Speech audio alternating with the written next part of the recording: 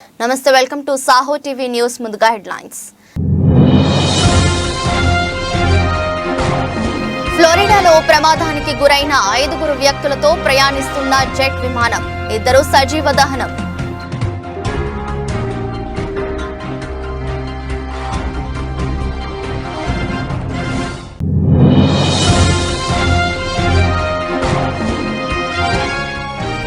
ఉత్తరాఖండ్ లో కొనసాగుతున్న హింసాకాండ ఇప్పటి వరకు ఈ హింసాకాండలో 6 మృతి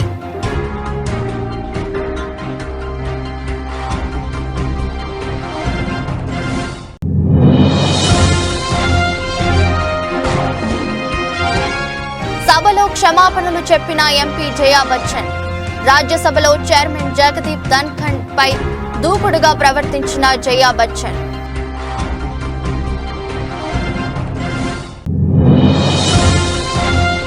ఆన్లైన్ ద్వారా మేడారం సమ్మక్క సారలక్కలకు నిలువెత్తు బంగారం సమర్పించే కార్యక్రమాన్ని సీఎం రేవంత్ రెడ్డి హాజరైన మంత్రులు కొండా సురేఖ సీతక్క పొన్నం ప్రభాకర్ పొంగులేటి శ్రీనివాస్ రెడ్డి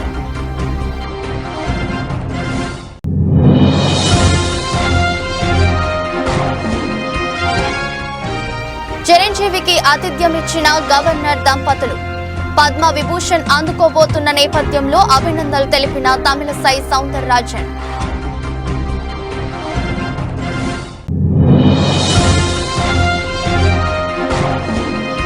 శుక్రవారం స్వల్ప లాభాల్లో ముగిసిన దేశీయ స్టాక్ మార్కెట్ సూచీలు 67.95 పాయింట్లు లాభపడి 21,785.90 వద్ద ముగిసిన నిఫ్టీ 5 వ్యక్తులతో ప్రయాణిస్తున్న జెట్ విమానం ప్రమాదానికి గురైంది. విమానంలో డ్యూయల్ ఇంజిన్ ఫెయిల్ అవ్వడంతో ఈ జెట్ హైవేపై క్రాష్ అయింది. దాంతో విమానంలో భారీగా మంటలు చెలరేగాయి. 3 వ్యక్తులు గాయాలతో బయటపడగా 2 సజీవ దహనమయ్యారు. ఈ ఘటన ఫ్లోరిడాలోని నఫ్లీస్ విమానాశ్రయం సమీపంలో జరిగింది. సమాచారం అందుకున్న పోలీసులు ఘటనా స్థలానికి చేరుకుని సహాయక చర్యలు చేపట్టారు. Moved a little bit. Yeah. That's a fairly big plane, actually. It is. It's a decent sized plane. It's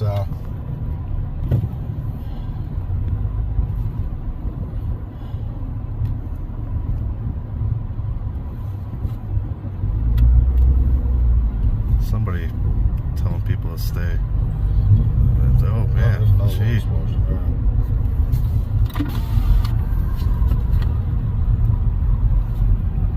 Oh, there goes the wing. Yeah, gee. You videotaping it? Yeah. అమెరికాలోని హవాయి రాష్ట్రంలో భారీ భూకంపం సంభవించింది.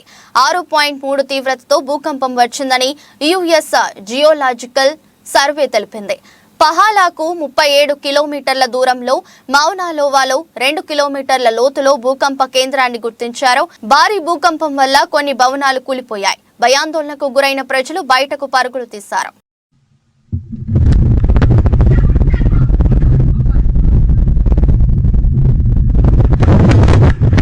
ఉత్తరాఖండ్ లో హింసాకాండ కొనసాగుతుంది. హల్దానీలో high court అక్రమ కట్టడంగా నిర్ధారించిన మదర్సా కూల్చివేత సందర్భంగా చెలరేగిన హింస విధ్వంసం సృష్టిస్తుంది. ఇప్పటి వరకు ఈ హింసాకాండలో 6 చనిపోగా 100కు పైగా పోలీసులు గాయపడ్డారు. పక్కా ప్రణాళికతోనే అల్లరి మూకలు ఘర్షణలు సృష్టించాయని అధికారులు తెలిపారు. ఈ మేరకు నైనిటాల్ జిల్లాల్లో స్కూలు, కాలేజీలు, ఇంటర్నెట్ సేవలను నిలిపివేశారు.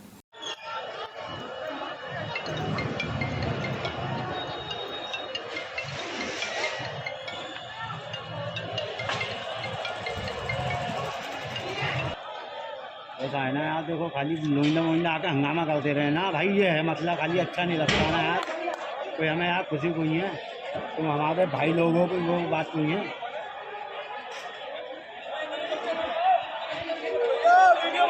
సమాజ్వాదీ పార్టీ రాజ్యసభ ఎంపీ జయా బచ్చన్ శుక్రవారం తన వీడ్కోలు ప్రసంగంలో క్షమాపణలు చెప్పి అందరినీ ఆశ్చర్యపరిచారు. ఇటీవల పార్లమెంటు బడ్జెట్ సమావేశాల సందర్భంగా జయా బచ్చన్ రాజ్యసభలో చైర్మన్ జగదీప్ ధన్ఖడ్ పై దూకుడుగా ప్రవర్తించారు. జయా బచ్చన్ తన వీడ్కోలు ప్రసంగంలో ఈ విషయాన్ని ప్రస్తావిస్తూ అసెంబ్లీలో ఎవరినైనా అలా ప్రవర్తించి ఉంటే క్షమాపణలు చెప్తున్నానని జయా బచ్చన్ వెల్లడించారు. मुझे हमेशा कुछ हमारे साथी बोलते हैं आप इतना गुस्सा क्यों हो जाती हैं। अब मेरा स्वभाव ऐसा है सर, मैं कैसे बदल दूं। जो चीज़ मुझे अच्छी नहीं लगती है और गलत है उसमें मैं गुस्सा कर जाती हूँ। अगर मैंने बुरी तरह से गुस्सा किया, अगर पर्सनली किसी के ऊपर मैंने कोई बुरी बात कही, उसके लिए मैं आप सबसे माफ़ी मांगती हूँ।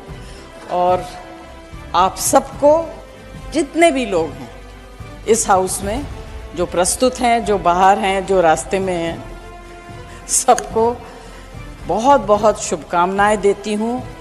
ईश्वर आपको लंबी उम्र दे और ईश्वर आपको इतनी ताकत दे कि इस हाउस को आप इर्रेलेवेंट ना बनाएं। అసెంబ్లీ కమిటీ హాలులో ఆన్లైన్ ద్వారా మేడారం సమ్మక్క సారలక్కకు నిలువెత్తు బంగారం సమర్పించే కార్యక్రమాన్ని సీఎం రేవంత్ రెడ్డి ప్రారంభించారు. మేడారం జాతరకు వెళ్లలేని భక్తుల కోసం అమ్మవార్లకు ఇచ్చే నిలువెత్తు బంగారాన్ని సమర్పించే సదుపాయాన్ని ప్రభుత్వం కల్పించింది. ఈ కార్యక్రమానికి మంత్రులు కొండా సురేఖ, సీతక్క, పొన్నం ప్రభాకర్, పొంగులేటి శ్రీనివాసరెడ్డి, దామోదర రాజు నరసింహ, ఎమ్మెల్యేలు, ప్రభుత్వ ప్రధాన కార్యదర్శి శాంతి కుమారి, దేవాదాయ శాఖ కమిషనర్ అనిల్ కుమార్, ఇతర అధికారులు హాజరయ్యారు.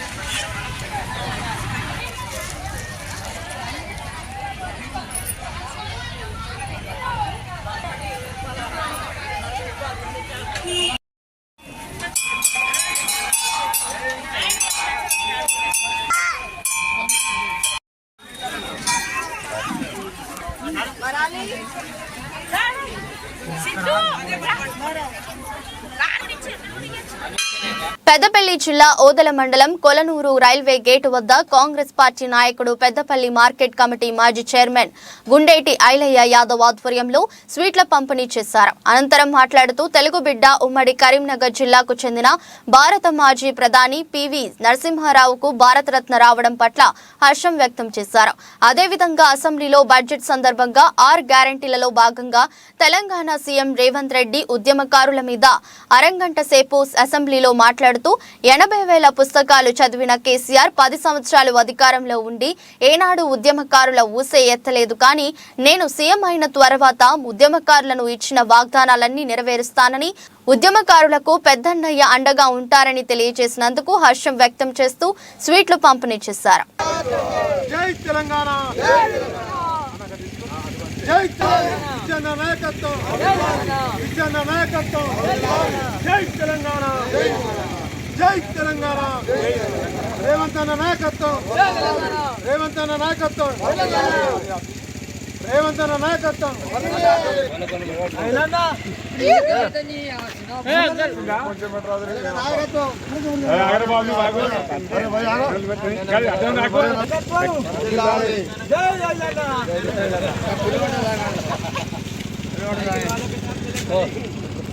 కావాలి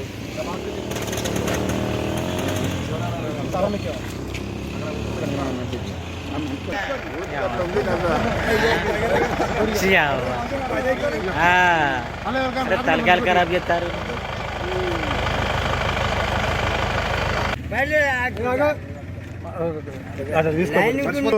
కొల్లూరు రైల్వే గేట్ దగ్గర కాంగ్రెస్ పార్టీ ఆధ్వర్యంలో స్వీట్ల పంపిణీ చేయడం జరిగింది.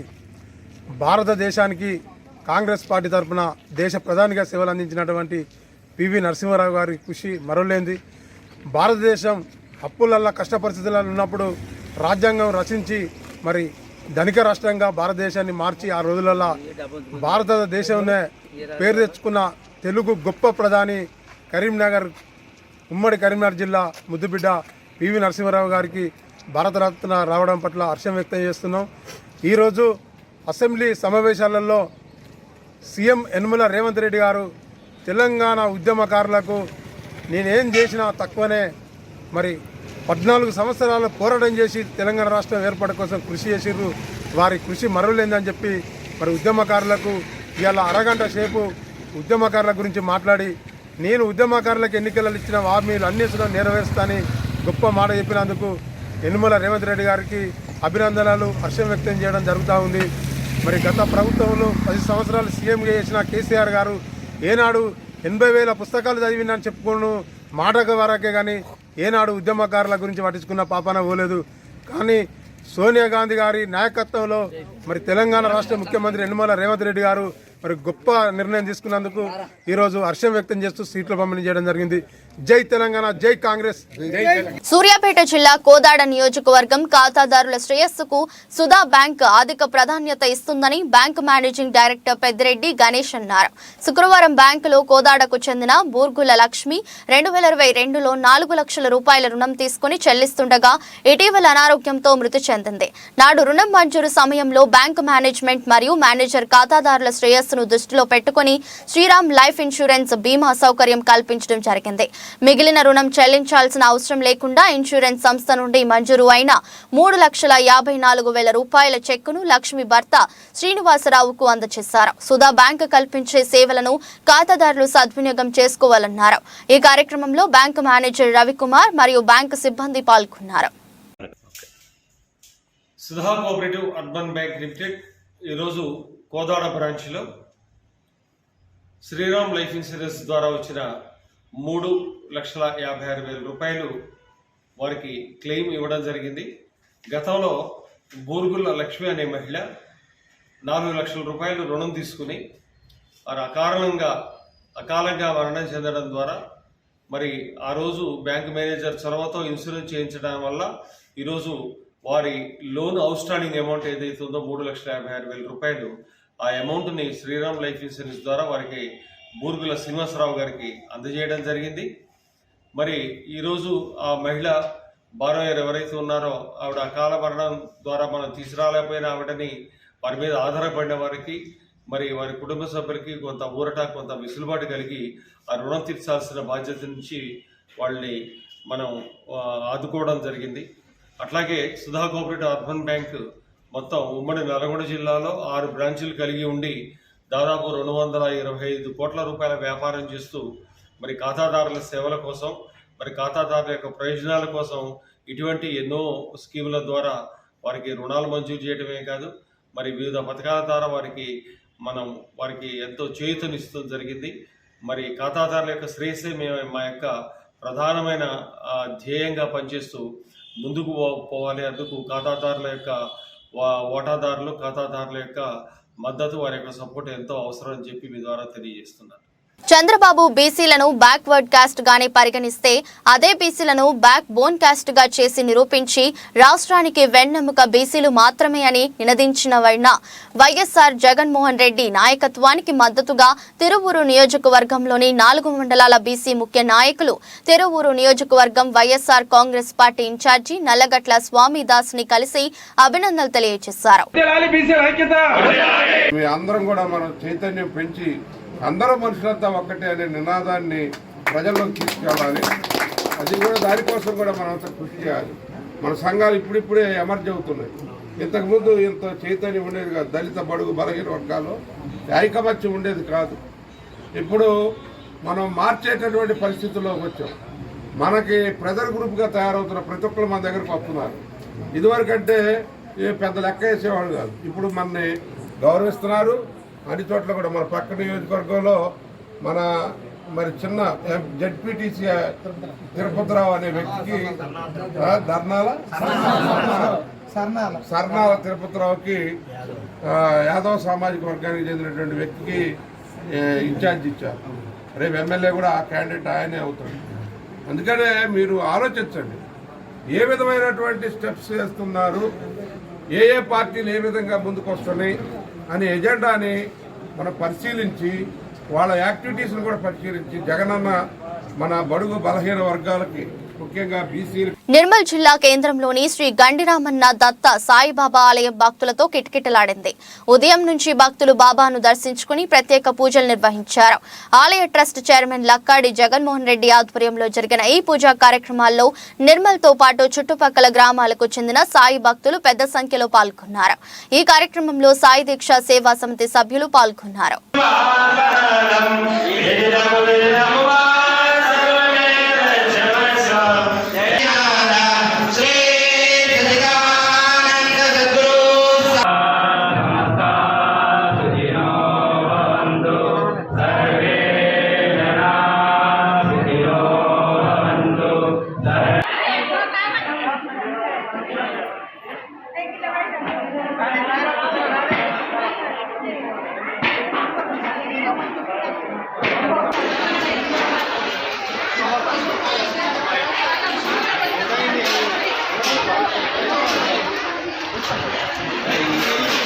అంకితభావంతో పనిచేసే ప్రజల మన్ననలను పొందడం గొప్ప విషయమని పోలవరం ఎస్ఐ ఎస్ఎస్ఎస్ పవన్ కుమార్ అన్నారు. పోలవరం నుండి కృష్ణా జిల్లా చెల్లపల్లి బదిలీపై వెళ్లిన తహసీల్దార్ బి సుమతికి వీడ్కోలు సన్మాన కార్యక్రమం జరిగింది. ఈ సందర్భంగా ఆయన మాట్లాడుతూ పోలవరం తహసీల్దార్ బి సుమతి 3.5 ఏళ్ల పాటు అత్యుత్తమ సేవలు అందించి అందరి అభిమానాలు పొందారు అన్నారు. 2021, 22, 23 వరదలలో రింగుబండ్ పటిష్ట కరోనా సంక్షోభంలో కూడా పోలవరం మండల విశేష సేవలు అందించారని, ఇంతటి మంచి మనసు వ్యక్తిత్వం ఉన్న తహసీల్దార్ తమ మండలం నుండి వెళ్లిపోవడం పోలవరం ప్రజలకు ఇష్టం లేదని, బదిలీలో భాగంగా ఇలాంటివి తప్పవని ఆయన అన్నారు. తహసీల్దార్ బి సుమతి మాట్లాడుతూ తమ విధి నిర్వహణలో సహాయ సహకారాలు అందించిన పోలవరం మండల ప్రజా ప్రతినిధులకు, సిబ్బందికి, ప్రజలకు ఆమె కృతజ్ఞతలు తెలిపారు. అనంతరం తహసీల్దార్ బి సుమతి దంపతులకు సన్మానం చేశారు. ఈ కార్యక్రమంలో డిప్యూటీ తహసీల్దార్ ప్రసాద్, విఆర్ఓలు, విఆర్ఏలు, రెవెన్యూ సిబ్బంది, సెక్రటరీ రాజారావు తదితరులు పాల్గొన్నారు. సందర్భం వచ్చిన మేడం గారికి ఫోన్ చేసి ఒక డౌట్ వచ్చినా, ఒక పనున్నా టైం చూసుకునేవాడిని కాదు అసలు. ఎందుకంటే మన ఆహ్వానాన్ని మన్నించి వచ్చినందుకు వారికి, అలాగే ఆ సార్ కూడా హృదయపూర్వక ధన్యవాదాలు తెలుపుకుంటూ, మరి ఈ పెన్షన్ ఏర్పాటు విషయంలో కనుక మాతో పాటు మాకంటే ఎక్కువగా విలేకరుల గురించి అయితే ఒక విషయం చెప్తాను నేను.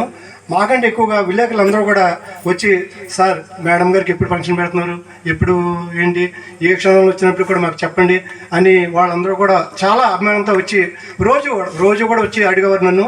మరి వాళ్ళకి మా ఆఫీస్ తరఫున మేము వాళ్ళకి ధన్యవాదాలు తెలుపుకుంటూ, మరి ఈ రోజున మరి ఈ సార్కి, ఈ మేడం గారికి చెప్పేది ఏంటంటే, మనందరికీ తెలిసిన విషయమే, ఎక్కడ ఏ విషయంలో ఏ రేంజ్లో ఉన్నప్పుడు కూడా కొంతమంది విదేశీయులు యాత్రకు వచ్చి ఆ యొక్క రాజ్యం యొక్క పరిస్థితిని గ్రంథాల రూపంలో రాసేవారు.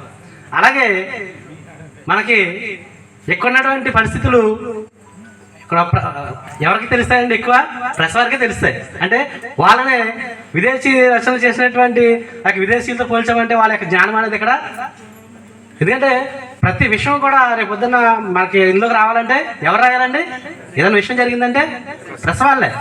కాబట్టి వాళ్ళందరితో కూడా ఎవరైనా వ్యతిరేకంగా ఏ విధమైనటువంటి భావాలను వ్యక్తీకరించకుండా వాళ్ళందరూ కూడా జాగ్రత్తగా మెయింటైన్ చేసుకుంటూ ఈ యొక్క ఆమె యొక్క విధులను ఎంత సక్రమంగా నిర్వహించారో అనే విషయాన్ని అన్న తెలియజేశారు. అలాగే లేడీ విఆర్ఓస్ నుంచి చందర్లపాడు మండలం కోనాయిపాలెం గ్రామంలో చంద్రబాబు నాయుడు గారి అక్రమ అరెస్టుతో గుండెపోటుతో మృతి చెందిన వనపర్తి మల్లికార్జునరావు గారి కుటుంబ సభ్యులను మాజీ శాసనసభ్యురాలు శ్రీమతి తంగిరాల సౌమ్యతో కలిసి శ్రీమతి నారా భువనేశ్వరి పరామర్శించారు. వేలాదిగా జనం తరలివచ్చి నారా భువనేశ్వరికి ఘన స్వాగతం పలికారు. మల్లికార్జునరావు గారి చిత్రపటానికి నారా భువనేశ్వరి పూలమాల వేసి నివాళులర్పించారు. తెలుగుదేశం పార్టీ నుంచి 3 లక్షల రూపాయల ఆర్థిక సాయం చెక్కును వారి భార్య కస్తూరికి అందజేశారు. ఈ సందర్భంగా నారా భువనేశ్వరి మాట్లాడుతూ, రాష్ట్రంలో చంద్రబాబు నాయుడు అక్రమ అరెస్టుతో మనస్తాపనతో మృతి చెందిన వారిలో ఇప్పటి వరకు 60 కుటుంబాలను పరామర్శించారు. ఇంకా 160 కుటుంబాలను పరామర్శించి ఆదుకోవాలి. చంద్రబాబు నాయుడు గారు జైల్లో ఉన్నప్పుడు తెలుగుదేశం కుటుంబ సభ్యులందరినీ పరామర్శించి ధైర్యం చెప్పాలని నాతో అన్నారు. తెలుగుదేశం బిడ్డలే ముఖ్యం. తర్వాత ఇప్పటి వరకు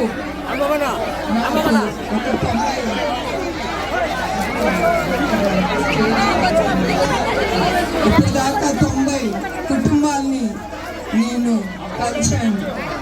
ఇంకా ఒక 160 కుటుంబాలు ఉన్నారు. నేను తప్పకుండా నా కర్తవ్యం నేను మర్చిపోను. మా బిడ్డల్ని ప్రతి ఒక్కళ్ళ ఇంటికి వెళ్ళి నేను కలుస్తాను. తర్వాత మీ అందరికీ తెలుసు, 60 రోజులు 70 రోజులు మనం కురుక్షేత్రం ఎదుర్కొంటున్నాం. అది తప్పకుండా మనమే గెలుస్తాం. జై తెలుగుదేశం, జై అమరావతి. అందరికీ కృతజ్ఞతలు, నా ధన్యవాదాలు, నమస్కారం అండి. అర్థమవుతుంది మీ ఆవేశం, మీ ఆవేదన. కొంచెం మీరు ఓర్పు పట్టాలి అందరూ.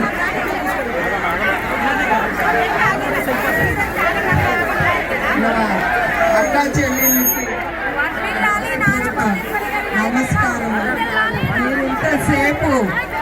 నా కోసం మీరు ఉన్నందుకు నాకు చాలా సంతోషంగా ఉంది. అదిను మీ అందరికీ తెలుసు, ఈ నిజం గెలవాలి అనేది నేను ఎందుకు తీసుకున్నాను. చంద్రబాబు నాయుడు గారిని తప్పు కేసులు పెట్టి ఆయన్ని 53 రోజులు జైల్లో పెట్టారు. కానీ ఆయన జైల్లో ఉన్నా కూడా కృష్ణా జిల్లా మచిలీపట్నంలో శనివారం చిట్టిపాలెం గ్రామంలో ఇరు వర్గాల మధ్య ఉద్రిక్తత పరిస్థితి నెలకొంది. క్రిస్టియన్లకు కేటాయించిన బరియల్ గ్రౌండ్ కు వెళ్లే దారి సరిగ్గా లేక హిందువుల శ్మశాన వాటికలో ఖననం చేయాలని నిర్ణయించారు. కొంతమంది గ్రామస్తులు దానిని తీవ్రంగా వ్యతిరేకించారు. ఇరు వర్గాల మధ్య మాటల యుద్ధం ఏర్పడింది. సమాచారం అందుకున్న రూరల్ ఎస్ఐ ఇరు వర్గాలతో మాట్లాడి సమస్యను చాకచక్యంగా పరిష్కరించారు. బందర్ రూరల్ మండలంలోని చిట్టిపాలెం గ్రామంలో ఈరోజు సాయంత్రం శ్మశానానికి సంబంధించి హిందువులకి మరియు క్రిస్టియన్ల మధ్య ఖననం చేసే విషయంలో చిన్న వివాదం రైజ్ అయింది. దానికి సంబంధించి మాకు స్టేషన్కి ఫోన్ కాల్ రావడం వల్ల ఇమీడియట్గా మేము మా సిబ్బంది అంతా వచ్చాము. ఇక్కడ హిందువులకు సంబంధించి ఒక శ్మశాన వాటిక ఉంది, అదేవిధంగా క్రిస్టియన్లకు సంబంధించి వేరే కేటాయిస్తున్నారు రెవెన్యూ వాళ్ళు. వాళ్ళకి సరైన దారి లేకపోవడం వల్ల వాళ్ళు చీకటవడం వల్ల వాళ్ళు హిందూ దానిలోనే శ్మశానంలోనే ఖననం చేస్తామని చెప్పేసి రావడం వల్ల వాళ్ళు దాన్ని హిందువులు అడ్డుకున్నారు. దానికి సంబంధించి మేము ఇమీడియట్గా వచ్చేసి వాళ్ళ పెద్దలతో మాట్లాడాము. అదేవిధంగా రెవెన్యూ అథారిటీస్ ఏవైతే ఉన్నాయో దానికి సంబంధించి విఆర్ఓ గారు, ఆర్ఐ గారు, మా ఆర్పేట సిఐ గారు అందరూ వచ్చిన్నాం. పెద్దలతో మాట్లాడి తాత్కాలికంగా సమస్యను పరిష్కరించాం. వాళ్ళు కేటాయించిన ఏదైతే క్రిస్టియన్లకి ఒక 30 సెంట్లు కేటాయించారు, ఇదే పంచాయతీలో కొంచెం దూరంగా కేటాయించారు. దానిలోనే ఖననం చేసుకోవడానికి సిద్ధమై వాళ్ళు అక్కడికి వెళ్ళిపోయారు. ఇప్పుడు ఎలాంటి వివాదం లేదండి. దీనికి శాశ్వతంగా రేపు ఎంఆర్ఓ గారు, తర్వాత గ్రామ పెద్దలు, మేము కూర్చొని పూర్తి స్థాయిలో దీనికి పరిష్కార మార్గం ఏర్పాటు చేస్తాము. ఎవరైతే దీనికి శ్మశానం దగ్గరికి వచ్చి తాళాలు పగలు కొట్టారని చెప్తున్నారు, దాని మీద కూడా చట్ట ప్రకారం యాక్షన్ తీసుకుంటామండి. Thank you. కొండూరు మండలంలో కిడ్నీ మహమ్మారి సోకి బాధితులు పిట్టల రాలిపోతున్నారని ప్రభుత్వం కనీసం శుద్ధి చేసిన కృష్ణా జలాలు అందించడంలో పూర్తిగా విఫలం చెందిందని, బాధితులను వెంటనే ఆదుకోవాలని సిపిఐ ఎన్టీఆర్ జిల్లా కార్యదర్శి దోనేపూడి శంకర్ రాష్ట్ర ప్రభుత్వానికి డిమాండ్ చేశారు.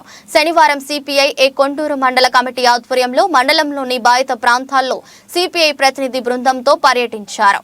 సమస్య ఆగమ్య గోచరంగా ఉన్నది. పెద్ద ఎత్తున ప్రభుత్వం వాగ్దానాలు చేసింది. ఆ వాగ్దానాల మేరకు డయాలసిస్ సెంటర్ను ప్రారంభిస్తామని చెప్పారు, ప్రారంభించారు. అలాగే ట్యాంకులలో ప్రభుత్వం ద్వారా, ప్రభుత్వ శాఖల ద్వారా 21 గ్రామ పంచాయతీలకి, అలాగే శివారు ప్రాంతాలైనటువంటి తండా ప్రాంతాలకి మంచినీటిని సరఫరా చేస్తామని చెప్పారు, రక్షిత మంచినీటి సరఫరాని. కానీ వేసవికాలం రాకముందే, వేసవి రాకముందే అప్పుడే నీటి ఎద్దడి ప్రారంభమైంది. గత 10 రోజుల నుంచి కూడా తండా ప్రాంతాల్లో కానీ, గ్రామాల్లో కానీ ఎక్కడ కూడా మంచినీటి సరఫరా, తాగునీటి సరఫరా సప్లై కావడం సరిగ్గా జరగటం లేదు. కాబట్టి ఈ సందర్భంగా మేము డిమాండ్ చేసేటువంటిది, ఇవాళ ప్రభుత్వం ఏం చేస్తున్నది, ఎమ్మెల్యే ఏం చేస్తున్నాడు, ఇవాళ 38 కోట్ల రూపాయలు మంజూరు చేసి తక్షణమే 21 గ్రామాలకి, అలాగే శివారు ప్రాంతాలకి పైప్ లైన్ల నిర్మాణం చేసి యుద్ధ ప్రాతిపదికన మంచినీటి సరఫరా చేస్తామని చెప్పి ఓ వైద్యుడు తన వృత్తి ధర్మాన్ని మరిచి ఏకంగా ఆసుపత్రిలోనే ప్రీ వెడ్డింగ్ షూట్ ఏర్పాటు చేశాడు. ఈ ఘటన కర్ణాటకలోని చిత్రదుర్గ జిల్లాలోని ఆసుపత్రిలో జరిగింది. బరంసాగర్ ఏరియాలోని ప్రభుత్వ ఆసుపత్రిలో కాంట్రాక్ట్ వైద్యుడిగా పనిచేస్తున్న ఓ డాక్టర్ ఆపరేషన్ గదిని ప్రీ వెడ్డింగ్ షూట్ కు వేదికగా ఎంచుకున్నాడు. దీనికి సంబంధించిన వీడియో నెట్టింట వైరల్ అయింది. దీన్ని తీవ్రంగా పరిగణించిన ప్రభుత్వం ఆ వైద్యుడిని విధుల నుంచి తొలగించింది.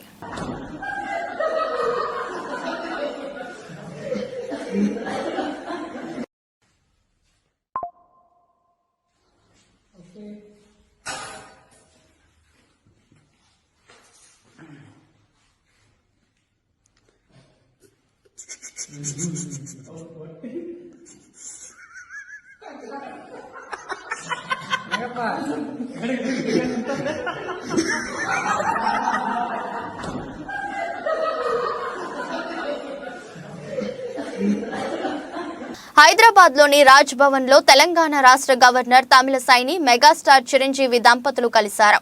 ఈ సందర్భంగా పద్మవిభూషణ్ పురస్కారం పొందిన మెగాస్టార్ చిరంజీవిని గవర్నర్ తమిళసై దంపతులు అభినందించారు.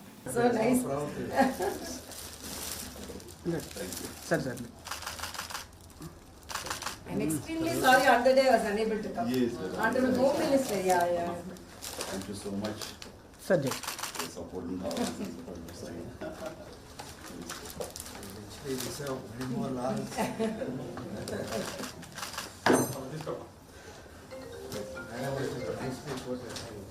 Beyond the screen, you have done so much.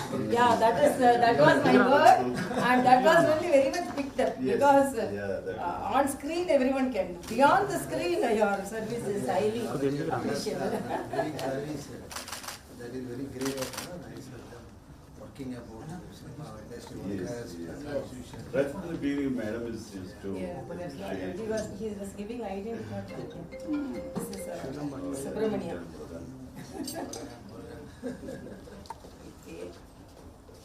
Sir.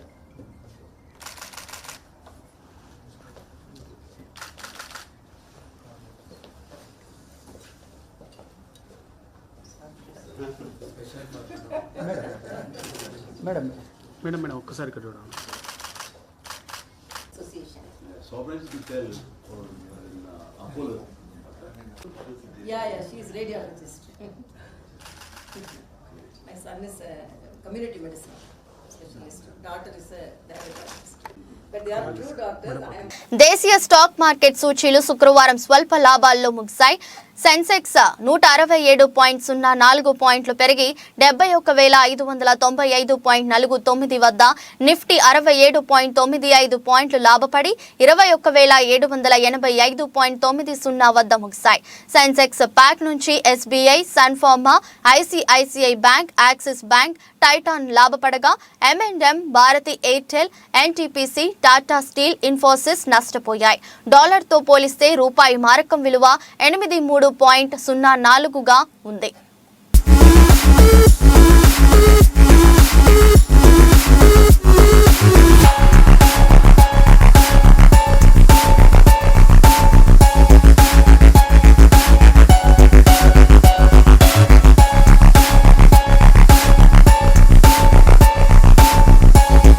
వార్తలు ముగించే ముందు మరోసారి హెడ్లైన్స్. ఫ్లోరిడాలో ప్రమాదానికి గురైన 5 వ్యక్తులతో ప్రయాణిస్తున్న జెట్ విమానం, 2 సజీవ దహనం.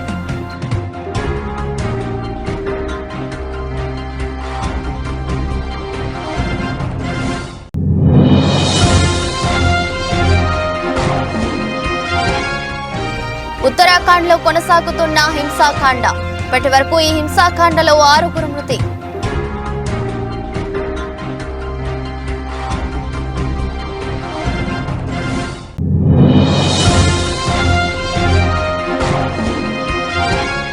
సభలో క్షమాపణలు చెప్పిన ఎంపీ జయా బచ్చన్, రాజ్యసభలో చైర్మన్ జగదీప్ ధన్ఖడ్ పై దూకుడుగా ప్రవర్తించిన జయా బచ్చన్.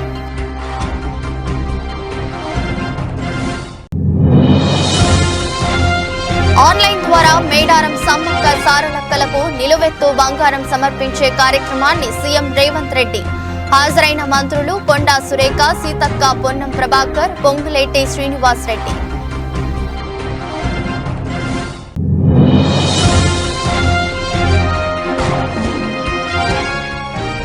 చిరంజీవికి ఆతిథ్యం ఇచ్చిన గవర్నర్ దంపతులు, పద్మ విభూషణ్ అందుకోబోతున్న నేపథ్యంలో అభినందనలు తెలిపిన తమిళసై సౌందరరాజన్.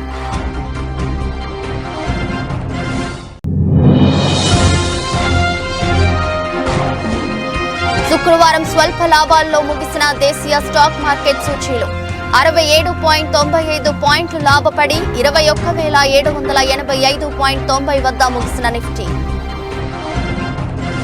ఇది రోజు బులెటిన్. మరో బులెటిన్లో మళ్ళీ కలుద్దాం. అంతవరకు సెలవు. నమస్కారం.